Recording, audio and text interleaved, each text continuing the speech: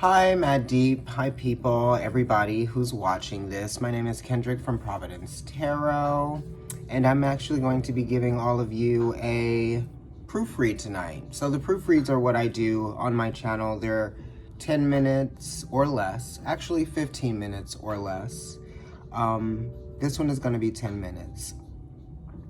So I'm just going to be giving you guys some messages, intuitively guided tarot messages that are influenced by astrology heavily. I'm using the Pride Tarot deck. Yes.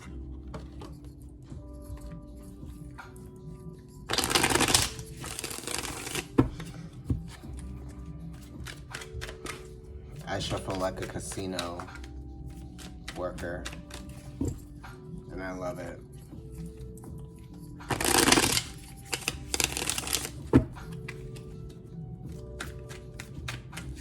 Okay. Let's see what's going on for all of our peeps out here in these streets out here. Okay. So let's just dive right in. King of Pentacles. Okay, so this is Taurus. We're in Taurus season. You know, there is a significant Taurus in the house, perhaps. Sun, moon, or rising. Or if you have a lot of planets in your second house. The King of Pentacles is talking about comfort and security, right? Having things be a certain way and not change, yeah? It is 1/3 Aries and 2/3 Taurus. So it's kind of like we're leaving behind the destruction. We're leaving behind the things that actually don't suit us, that don't benefit us, that aren't a part of who we are, right? It is talking about authenticity just because it is 1/3 Aries, yes? So we've established who we are, right? We know what our will is, right? Or we know that we have a will. What are we going to do with that will? Just because the King of Pentacles here, which is, you know, air and earth. So we are using logic and reason to manifest, yes? So what are you manifesting? Because it does have to do with achievement. It does have to do with success. You know, are you accomplishing your goals? Are you living your dreams? And when I say living your dreams, I mean, are you on the path to, you know, living your dream and accomplishing your goals, right? Because you're literally living the dream every day. Every day you get a chance to actualize, you know, some part of your existence, right? With conscious awareness, because Taurus is talking about conscious awareness. And conscious awareness comes after being unconsciously aware, right? Certain limitations that we may not be able to acknowledge that we have just because of our conditioning, right? So this is making it and accomplishing things and experiencing achievement despite the limitations, despite the oppression, despite the restriction, despite whatever, you know, because it really is talking about not coming from a place of lack. Because the King of Pentacles does not lack anything. And that's what I want you all to remember, that you are not lacking, right? Not at all.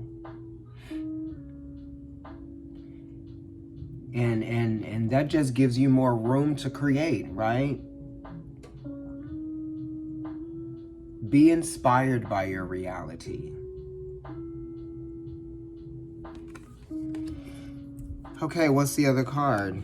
Knight of Swords, which I knew would come up next. This is the next season. This is Gemini. This is coming after Taurus, right? So the Knight of Swords is Gemini season. So as we transition from Taurus season into Gemini season, we are breaking free of our limitations even more. Because if the King of Pentacles in Taurus was fixed in Earth, then Gemini is mutable, changing, adaptable, right? Changeable and adaptable. And also, breaking free of those limitations. That's what Gemini does for us. So it's not just the ways that traditions and circumstances have limited you. What are the ways that you have limited yourself due to your own discomfort with yourself, or your constant need to compare yourself to others? It's about being an individual. It's about breaking free of the limitations that keep you from reaching your true sense of identity. With the Knight of Swords, right? Very black and white. It either is or it isn't. I do or I don't. Right? So this is asking you to explore the options. Explore your genius, really. The Knight of Swords are also, they are fire and air. So this is creating content, creating visuals, sights, and sounds, getting your point across, not limited anymore, you know? And when I say getting your point across, I mean creative freedom. The World, it pays off, right? Because the World is actually Saturn. The World is number 21, which corresponds to the Empress, which is number 3. 2 plus 1 is 3. And it also corresponds to the Hanged Man. So there's an element of time here. This is saying that it is about time, you know? You were made for what it is that you do well. This is saying, it's well worth the wait. And it's asking you to appreciate,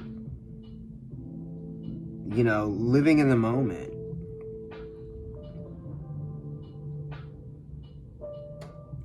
I feel like the World card is also growth, patterns of growth that you can see, right, with your own eyes. And it's because you didn't limit yourself. And when you don't take advantage of a challenge, you are limiting yourself. The Judgment card at the back. The Judgment card is, atonement. The Judgment card is balancing out one's spirit, right? It's when you get to finally see something that you hadn't seen this entire time. It's a leveling up.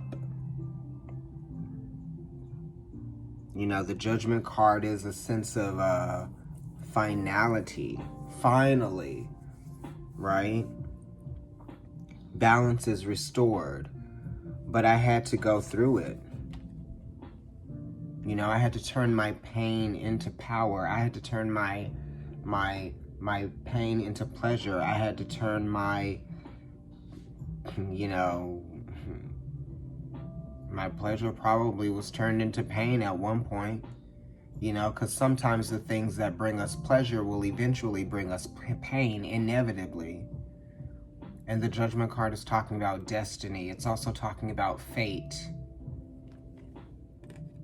And you have to be compassionate towards yourself too. Show compassion to yourself. Because you don't know everything. And that's what you realize sometimes. Hindsight is 2020.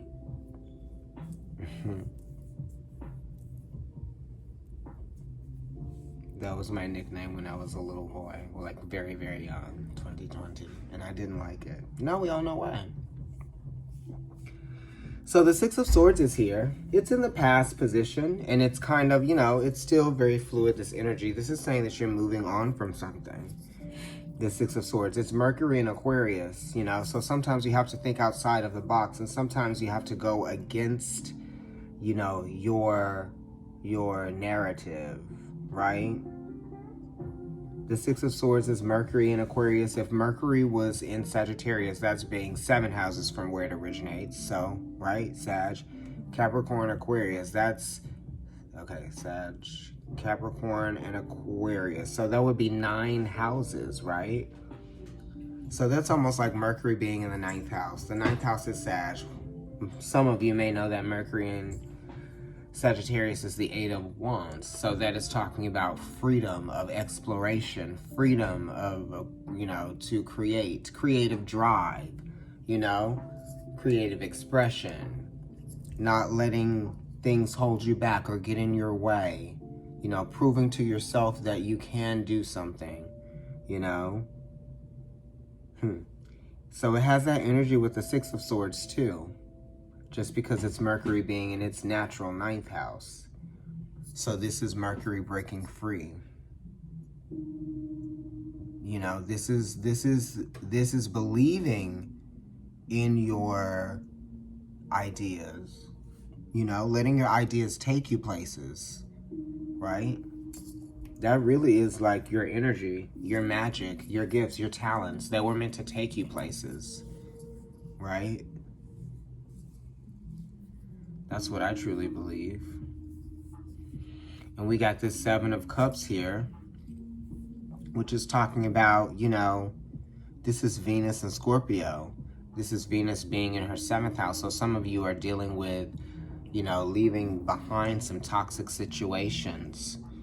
You're reminiscing over some periods in your life that were, difficult or challenging, I feel like some of you have made it through some really rough patches in your life, and it takes time to get over all of the impressions that have been made, in your head, in your heart, all of that. Venus being 7 houses away from where she originates is her being in her opposing sign. So this is saying that something is opposite you, or something just didn't feel right anyway. You knew something wasn't right in the past, right? And then the 7 of Cups is also Venus being in its 2nd house from where it originates in Libra. So this is kind of like, toxic emotions connected to shared resources, or connected to money, connected to taxes, connected to financial responsibilities, right? How you have no control over some things. Sometimes you have to just learn that lesson, because you're not going to be able to make it to the next stage or the next phase of your life until you learn that lesson of financial responsibility, learn that lesson of, not going back to toxic relationships, not even considering going back to a toxic relationship or a toxic job, right? Like that type of thing, or not being willing to put up with the same things that you were putting up with before, right? Realizing what got you in maybe the mess that you were in prior to, figuring it out and getting out of that. So I want to commend you for leaving that toxicity behind and coming out of it. Sometimes we might digress, we might experience small regressions, but that doesn't mean that you don't know what you have known since you learned that lesson, or since you grew apart from that person, or moved away from that person, or that thing, that person, place, or thing. But the Seven of Cups is saying, like, you are learning how to cope with your emotions in even more powerful ways, you know? Not going back to what is predictable, you know? Using all of the things that play into, you know, your best interest. Those are going to be the things that help you heal from the things that, you know, sort of broke you, you know? So don't go back to those people, those places, or those things that made you confused. You know, you got to keep it moving, right? That's what those sevens are talking about, especially being connected to the Chariot, which is talking about achievement and victory, you know? Leave the past where it belongs so that you can experience the moment that you are currently in and the future as you were meant to.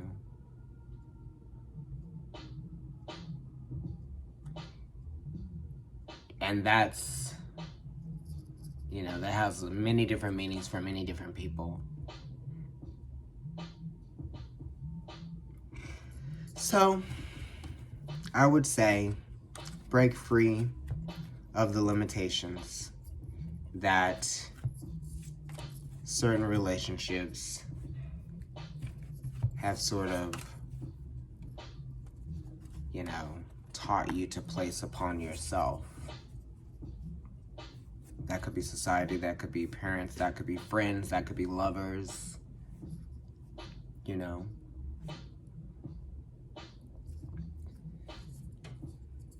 Like I said, it's the Pride Tarot. Be proud of who you are. You are a star. And see where that takes you.